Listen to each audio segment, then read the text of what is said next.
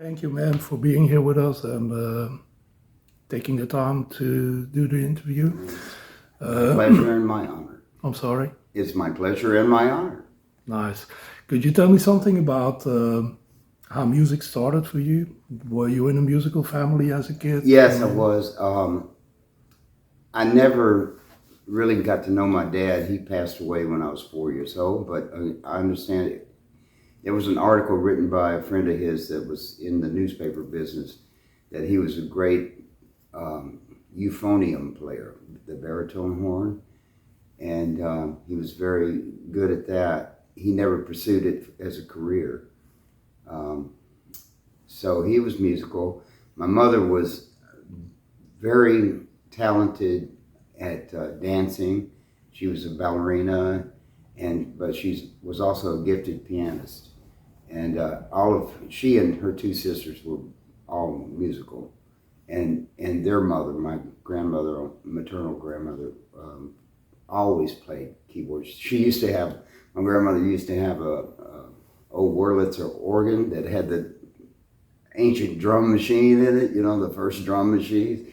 And Grandma and I would jam together at our Christmas gatherings, and she'd be over there getting it, and I'd be down there playing guitar, and she'd look over, I like what you're doing there. So that was kicks, man. It's a very musical family. And, back then, you didn't have CD players and all that technology. Every house had a piano in it. So there was always music in the homes, Was that blues music? Oh, my grandmother played, like, Won't You Come Home, Bill Bailey, and Show Me the Way to Go Home. I'm tired, I'm drunk, and I want to go to bed, or something like that, And she played a lot of those, what would be traditional New Orleans music, Mm-hmm. How did you end up with the guitar? Because so many piano players in the house. I mean, I would imagine you playing piano.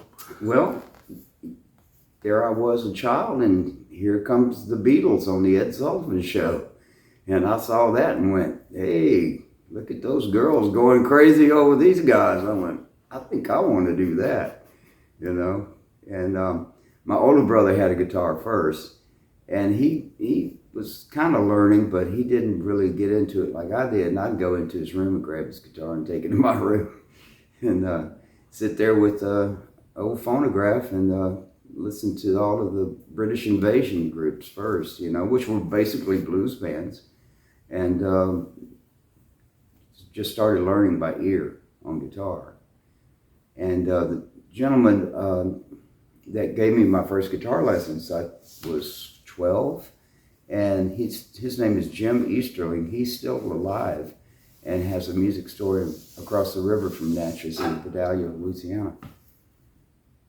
How long did you took lessons with him? About a month. Okay, so that was still, say, rock oriented more than blues oriented, or? One of the first songs I learned from Jim was "The Girl from Ipanema," and I still play that song sometimes. But my mother, God rest her soul, took me to this guitar competition when I was 14 in Alexandria, Louisiana. And I played "The Girl from Ipanema," and I got placed into the finals with all these older guys. This guy that won it was playing Malagueña. And so that was cool because we were all kind of playing Latin-based stuff. Okay. And was that more like strumming the guitar, or did you finger pick I was at the finger time? picking. Yeah. Where did you learn it? Because it's a specific way of playing that. It just came to me naturally, I guess. Really? And I just figured it out. When I was about 4 years old, we had one of these little toy xylophones that it was by Play School or one of those companies, and you would pull it, and it had little hammers underneath, so when the wheels turned, the hammers would play the xylophone. So I sat down and I actually learned do, a deer, a female deer, ray, a drop of golden sun. I figured that out at the age of 4, just sitting there with the thing. And then I wanted to take piano lessons when I was 5. Okay. And my mother took me to a gentleman around the corner from us that taught piano. And he looked at my hands and he went, and I'm a little tyke, I was always a little kid. But he said, no, his hands are too small. I can't teach him. And I was like, all right. And there are kids these days that are, you've seen these little Japanese kids, man, that can barely walk, that are already playing violin and everything. Okay. But, where did the passion for blues came from? When did that happen? I had the great fortune of meeting Papa George Lightfoot from Natchez. He was doing a remote radio broadcast for the grand opening of a grocery store, and I heard it on the radio. I think it was WQNZ. They were doing a remote broadcast, and he was playing the blues on his harmonica and playing spoons and singing. And so I told my older brother Jimmy, I said, man, let's go by there and see Papa George, And so I met him, and we never really did any gigs together, but I would hang out with him and everything. So that was my first introduction to the blues. And if you've seen that movie, The Help, where they're Southern white families with a black lady that was, always took care of the kids. We had one named Anna Mae, who I named my Les Paul after. Her name's Anna Mae. But Anna Mae Thompson, she would kind of fill me in on blues stuff and everything. So I was heavily influenced by the blues from an early age. Mm-hmm. But, here I was playing songs by the Rolling Stones and the Animals, and those guys were nothing but blues bands that became rock bands, So. When did you consider music as being a possibility of making a living? We had teen centers here in Natchez. We had the Natchez Canteen, and then across the river we had the Vidalia Canteen. And we could... my first band was when I was 14, and myself, Gary Caldwell on bass. Gary's still playing music here in town, and Steve Newman on drums. And my mother was actually kind of overseeing the Vidalia Canteen because our home was over there by then. And, she heard us messing around and said, okay, if you boys can play 10 songs, I'll let you play at the Vidalia Canteen.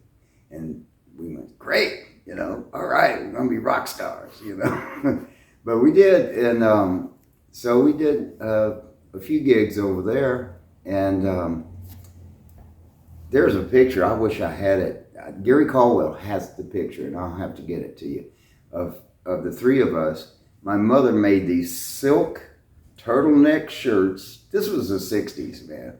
Silk turtleneck shirts with ruffles down the front. And this lady in town that was a famous photographer had this beautiful German camera that took the portrait of us. And we ended up getting into the Mississippi Arts Festival in Jackson, Mississippi. We auditioned for that. They gave us a spot on the bill for that. And here we are, 14 years old, playing in front of 2,000 people in an auditorium, and we thought we had made it big time. We thought, this is it. We're on our way. Well, and for a kid of 14 years old, it is a big thing if you're able to play those kind of festivals. Yeah, we were very excited. Man, my amp back then, we had big amps that, not like today's technology.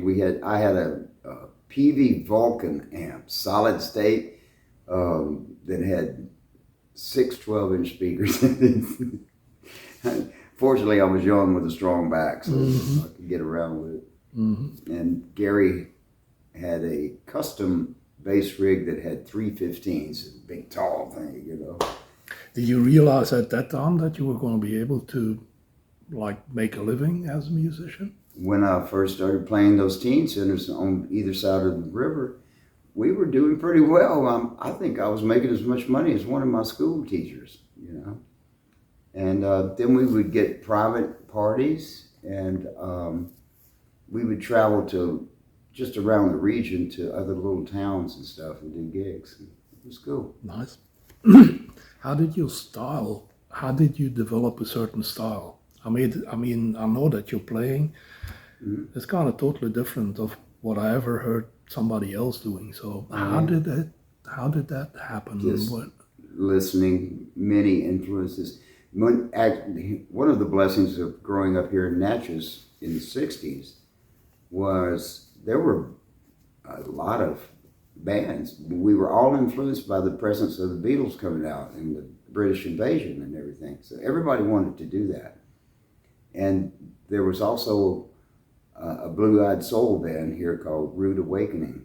And Stephen Perkins was the lead singer, and man, those guys dressed to the nines, you know, and had a show and everything. And they were great, really good band. But we had so many different bands playing these teen centers, and I would go and be influenced by them. And then, you know, here I am, 14 years old, and they're coming to see me. And, you know, it was like it was a communal education growing process that we did. That's good. Did you write your own music at that time? I wrote a couple of songs. Yeah, I wish I had them, man. Because Stephen Perkins' brother, Alan, was a disc jockey at WQNZ. And I remember we went in, I wrote a song, Can't Stop Loving You, or something like that. And we went to the radio station, and he had all these beautiful recording microphones. The old ribbon mics, man, they were just classic. And we recorded that song, and he started playing it on his radio show.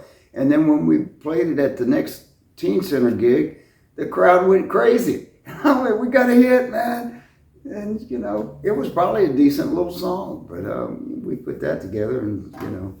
But you don't have it anymore? I don't have it. I don't know what happened to it. Maybe they got it, you know, in the archives there or something. I don't know.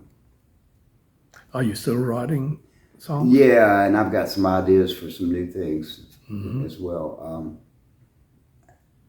One of the tunes I'm writing is this little girl used to come see me play when I played up at the View Hotel, the Pilot House. And I don't know if you know Lee Beard, the bartender under the hill. It's her granddaughter. And the little girl's name is Meadow. Beautiful little girl. She always calls me the little man. Is the little man here? And I saw Lee yesterday, and she said, yeah, Meadow has been asking about you. Every time I go to the Pilot House, she's like peeping around. Is the little man here? Is he here? Good. And she was just so sweet. And I always gave her a hug, and, you know, we just, we hit it off. So I'm writing The Little Man. That's going to be one of my songs. Nice, nice. Have you been living and performing most of the time in Natchez? Or you... In my youth? Or in your adult life, whenever? Oh, yeah. Yeah. I always would, even when I moved to New Orleans, I would come back here for the Hot Air Balloon Festival and play that.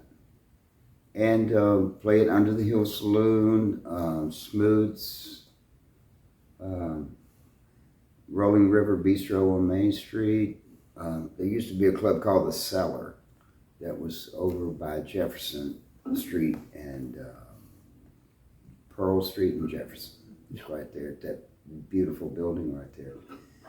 So it was called The Cellar because it was actually in the very bottom of the building. So it was a good club too. Where else? There was one on Main Street called Dimples. Oh, one of my best gigs, my growing experience, was at a place called Morgan's Lounge. And that's out, if you go out Franklin, there was a shopping center on the left, but Morgan's Lounge was on the right. Funky little dive. But we played, I was with a band called Blue John. These guys were from Arkansas, from Forest City, Arkansas. They were already playing there, and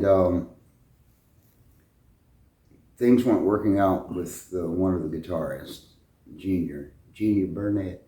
And so they were going to give him the boot. And I went in and met the guys in the band and got the gig. We played 6 nights a week for 3 years. And here, our daily schedule was, we go in the afternoon, and they had pretty good cooks in that place too, man. Some good, funky, low-down soul food stuff. We go in there, have lunch, we do a rehearsal. We play the gig like Monday through Saturday. Sundays was our day off. So we go in there, eat, rehearse, play the gig that night. Then we'd stay up until the sun came up, listening to blues records and, growing, learning things, and adding to our repertoire. So, 3 years, 6 nights a week, we got tight, man. We learned a lot of music.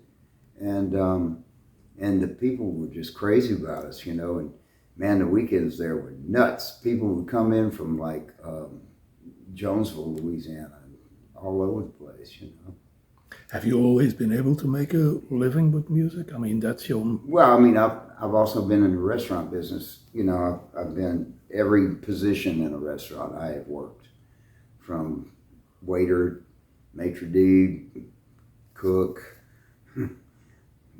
dishwasher, whatever, Mm-hmm.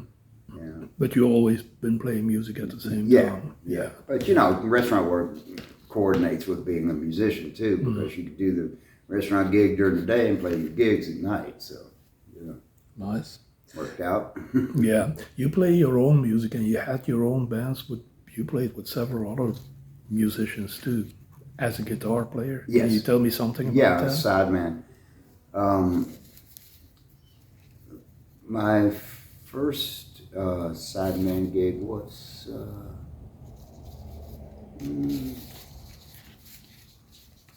I don't know. It really got good when I moved to New Orleans. Okay. Because when was that? I did 1992, and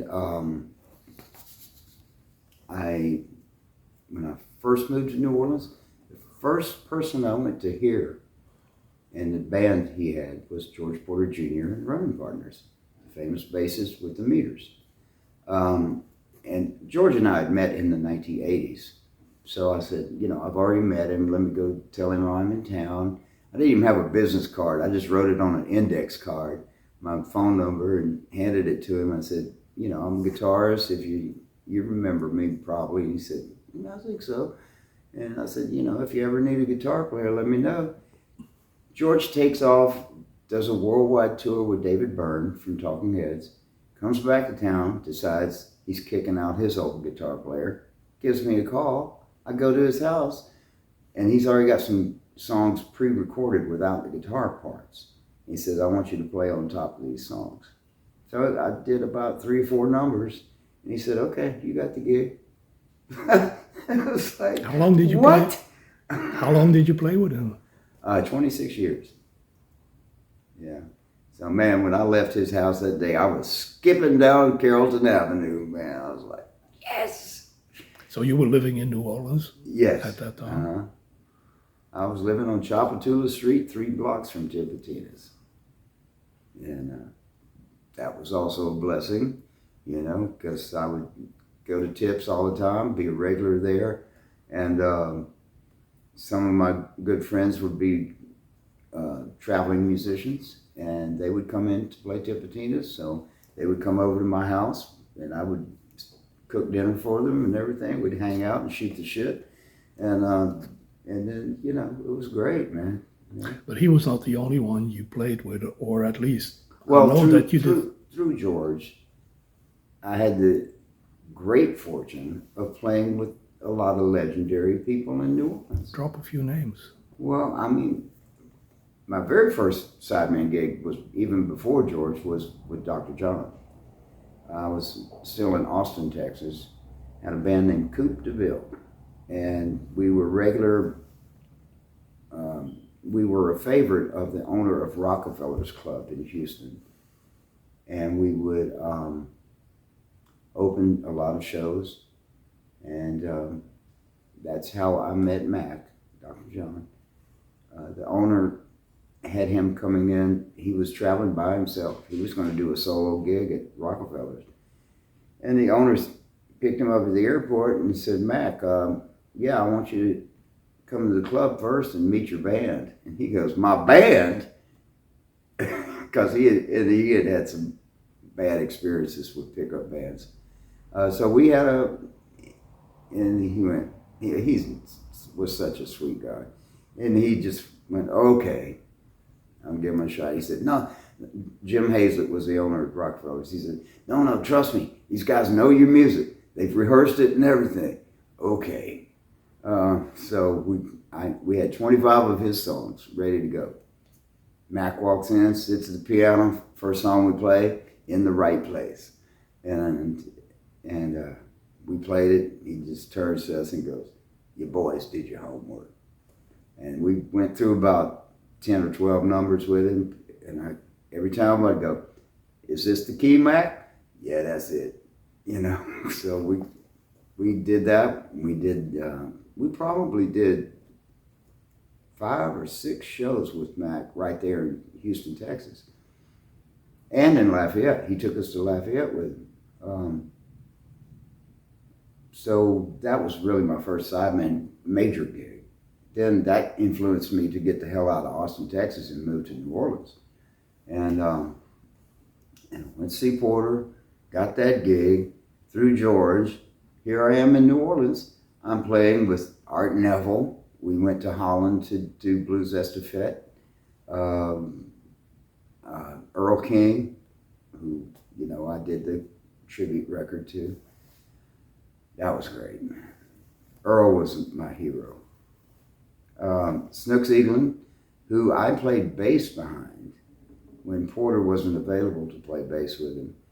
And that was another blessing from knowing George. George said, look, you can play bass, right? And I said, yeah, I got a bass. And so he said, okay, you can do the Snooks gig because I can't make it. And that was an education, playing with Snooks Eaglin, because, you know, my first gig with Snooks, I happened to go, hey, Snooks, what key is this in? He said, you'll hear it. And it was like, oh, okay, sorry. But so, you know, I just had to sit there on a bar stool next to Snooks and listen and watch his hands as much as I could because he had such a great technique. So learned a lot from Snooks, still play a lot of his music. Played with Eddie Bow, Frogman Henry, man, all the great New Orleans R&B classic artists I had the good fortune of working with. Alan Toussaint. Recorded my first record at C. Saint Studios, which was a homage to Elmore. And all Elmore James music. We're in the C. Saint Studio, I'm recording. Look in the sound booth, there's Alan Toussaint dancing to us playing those songs, man. And I'm like, I'm dreaming. I am dreaming. So, man. Did some CD work for our people too? Did I? CD work as a session musician? Alan? No, you. Oh, me. I got some session work, yeah. I got quite a bit of session work, man. Played on a lot of people's records. Besides Porter's, I must have done 6 or 7 releases with George. I played on Luther Kent. Familiar with Luther?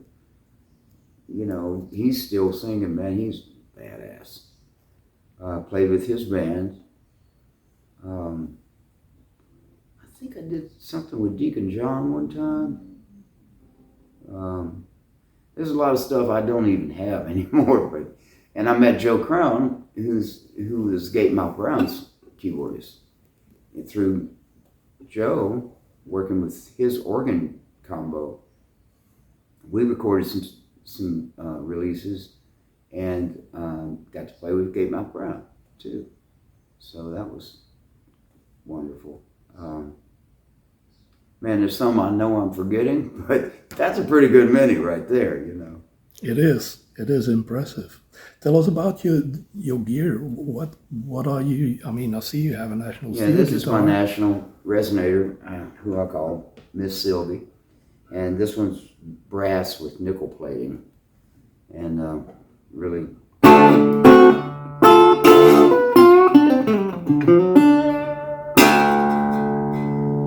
She's my money maker. I do a lot of solo gigs with this guitar. But I bought my Les Paul in 1969, new, from Jim Easterling, and traded in an old Hagstrom. It wasn't old. It was a pretty nice little, you know, it looked like a Stratocaster. I traded that and got the Les Paul for $400 in 1969, and still got it. That's the one I named Anna Mae after the lady that was our help.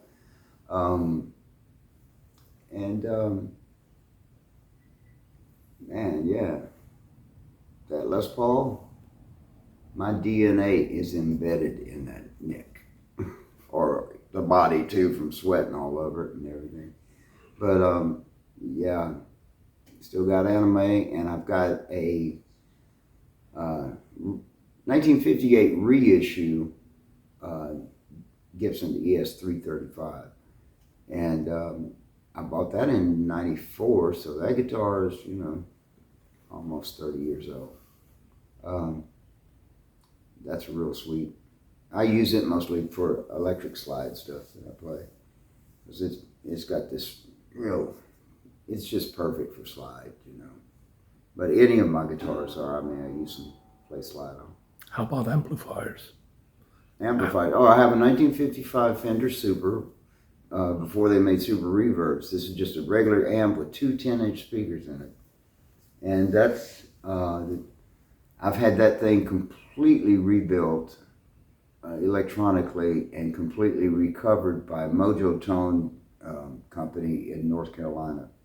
That put it used to be a tweed amp. When I bought it, some idiot had put a terrible looking black vinyl cover on it. I had all that stripped off and had the original tweed put back on it. So it looks like a new amp, but it's 1955. And that sucker is perfect. And I've had big amps. I had Marshalls before. I sold my Marshall to Anders Osborne. He loves it because he plays blisteringly loud. And I had a dual Showman reverb head that I got from Joe Crown, and had it all reworked and recovered by Mojo Tone. And I just sold that one this year to a friend that has about 15 guitars but doesn't do any gigs. But he saw I posted it on Facebook. He immediately called me and said, "I want that head." I'm like, "Sure, man. All right." I sold that in a 212 cabinet that I played through. But I was tired of carrying around heavy-ass amplifiers, you know. And that 55 Super is perfect. And it's in a road case with wheels. So, That helps too. yeah, wheels. Go figure. How about CDs? You mentioned that you did several recordings. Yeah, I did the Elmore James recording. My next recording was influenced. I had met Billy Gibbons from ZZ Top, and they came out with the Rhythmine recording, and I was really digging that one, man, because they had gotten away from that 80s sound of you know, synthesizers, electronica and stuff, and kind of gotten back to their roots of you know, really funky hardcore blues stuff, but rocking. And so that Rhythmine record really influenced me to do a record similar to that. So I did one called, I knew this would happen. If I hung around long enough, that's going to be on my epitaph. But so I kind of, adapted what Billy was doing with his sound. And I actually bought a Bixonic Expandora pedal that Billy uses in his, hardcore sound. And did that record. Porter plays bass on that recording. And Jeffrey Jellybean Alexander is the drummer who was with Running Partners when I was with Porter. So that was a killer rhythm section to have on my record. My good friend Mark Adams, no longer with us, God bless him. He played Hammond organ on that recording. And Chucky C, Charles Elam, who played with Irma Thomas for years and still plays with Irma, came in to sing with me on a lot of the numbers on that record. And I had a song on there called On the Neutral Ground, and I was looking for a bass vocalist. And Chucky turned me on to a gospel singer that had this beautiful bass voice and everything, because I wanted this lyric in there sung by someone who had that quality of a voice. I could have faked it or had a synthesizer do it, but I wanted a real singer to do it, So anyway, that was my second record. My third one, we recorded at Hobson Commissary up in Clarksdale. So that's called Notes from Clarksdale. Brought up the great John Fole to play guitar with me. Jim Markway on bass. Jim was also the bassist with Luther Kent and Bruce Daggerpont, the Cajun musician. And who do I have on drums? Jellybean. He played drums on that. So that was number 3. And number 4 was my solo acoustic record. I've been doing a lot of solo work at Margaritaville on Decatur Street and other various gigs solo, and I had a pretty solid repertoire, and my technique had improved at that point. And I just wrote, there was a studio right next to Margaritaville where I was doing 2 or 3 days a week. So I booked that studio and just went in. David Stocker was the engineer. He just set up all the mics and everything, and I just played this and sang and just went right through it. Didn't stop, no second takes, nothing. And we just, because I'd already had this shit down from doing those gigs so much, So that was, it's just a self-titled solo CD. What did I do next? Covered in Earl. All the Earl King music. The great Doug Belote on drums. Awesome drummer. He still plays with Jerry Douglas, a great dobro player. And he played with Larry Carlton also. He was in Nashville for a while, but he's moved back to New Orleans. So Doug on drums, my dear friend Jimmy Mesa on bass, a veteran of Bourbon Street and all these other bands. He played with the Subdudes for years. And Michael Limler owned Hammond organ and piano. And Mike is still with Porter in the Running Partners. So that was a solid quartet. We recorded 14 songs in one day. And I went back, re-sang the vocals. Because I was just doing like a rough vocal as we recorded. And so I did that, and Mike came in and added some organ work or piano work as, it was needed. And myself and Jake Eckert, who has the studio, he's the guitarist with New Orleans Suspects. Jake's a great dude. The Suspects also toured with Paul Barrere and Fred Tackett from Little Feat.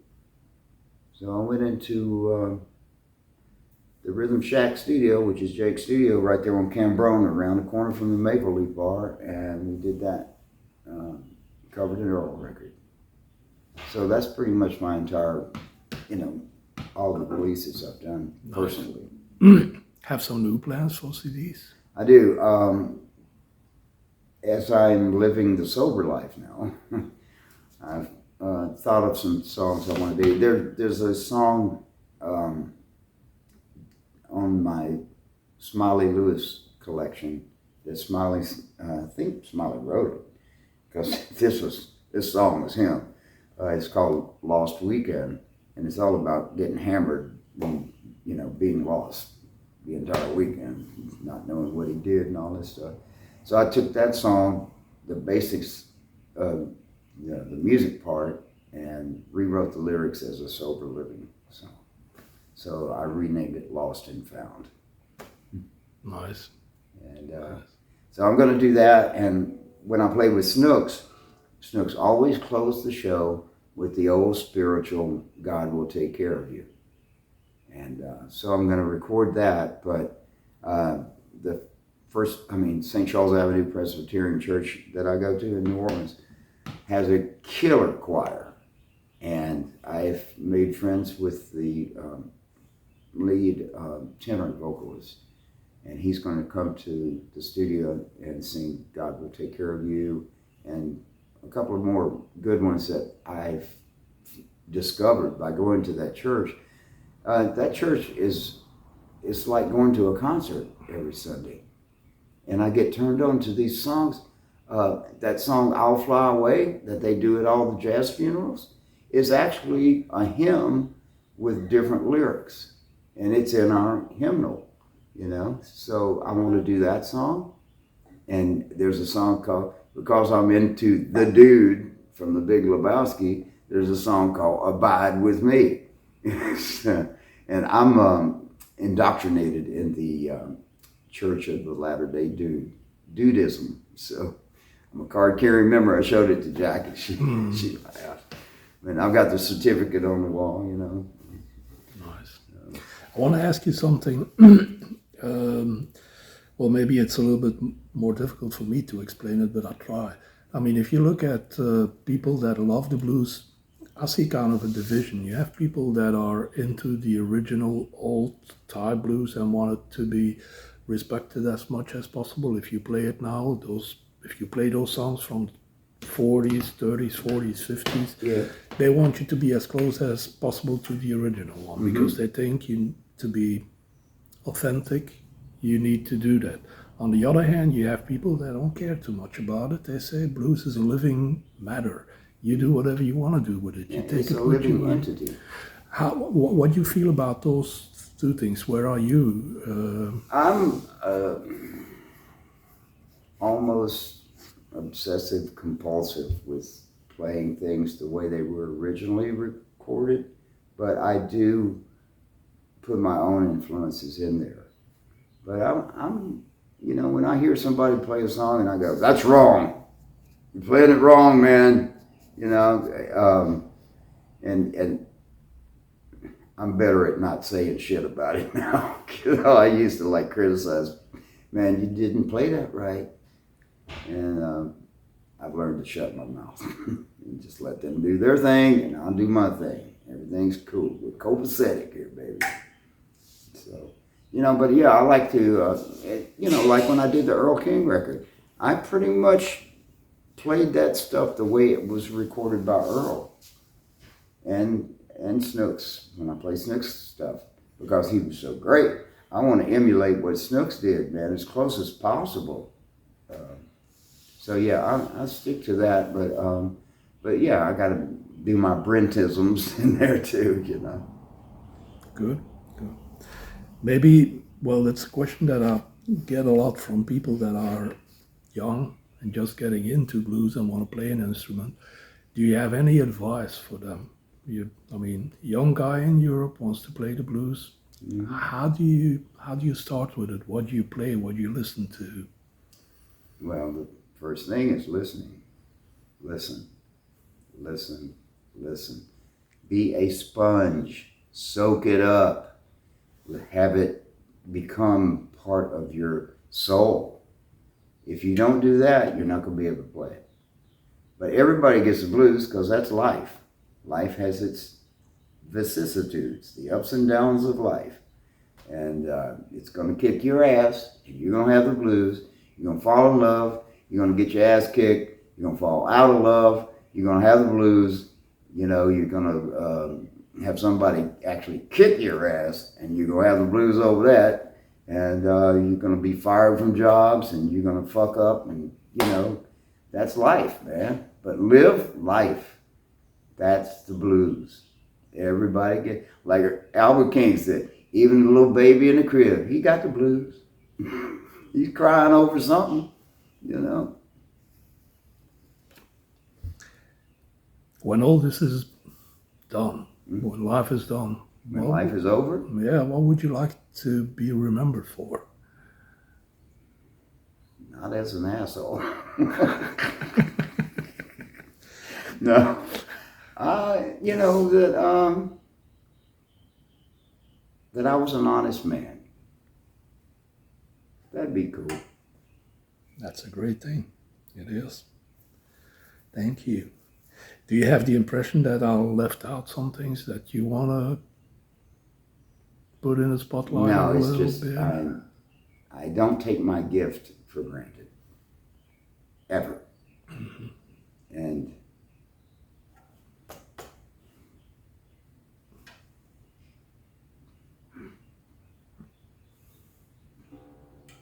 that's it. Thank you. Thank you. Would you like to close the interview with Yeah, man, why not? I started with this song. I wrote this song years ago, but I think I put it on 3 different records of mine. I said, one of these days it's gonna hit, but it never did. But it's a Robert Johnson kind of influenced blues song called "I'm Curious."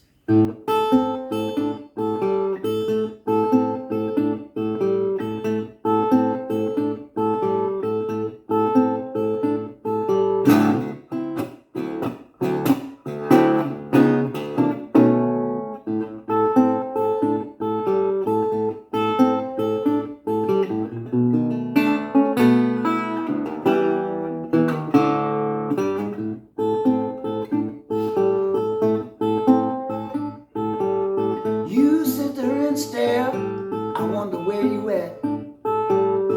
That look on your face made me feel like an old-time cat. I'm curious, curious to know your name.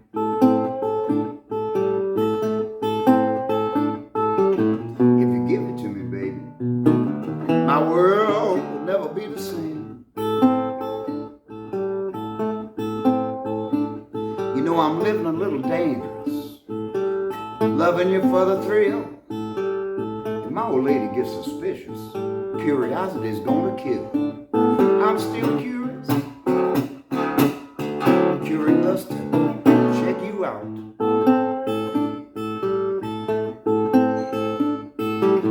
There ain't no need for sweet talk, 'cause you know what I'm talking about. Man, what are you talking about?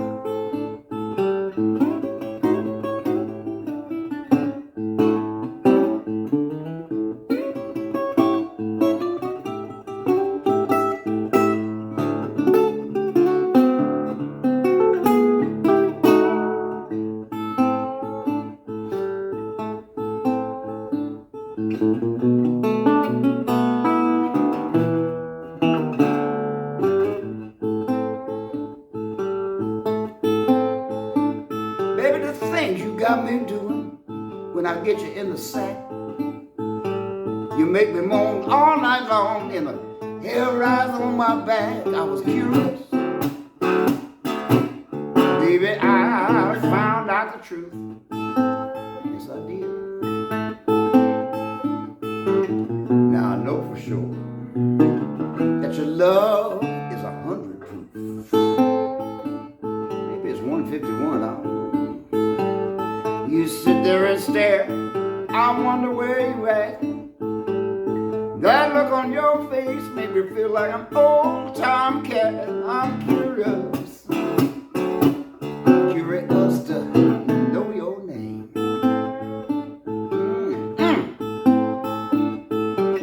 Now that you give it to me, baby, my world will never be the same. Never be the same.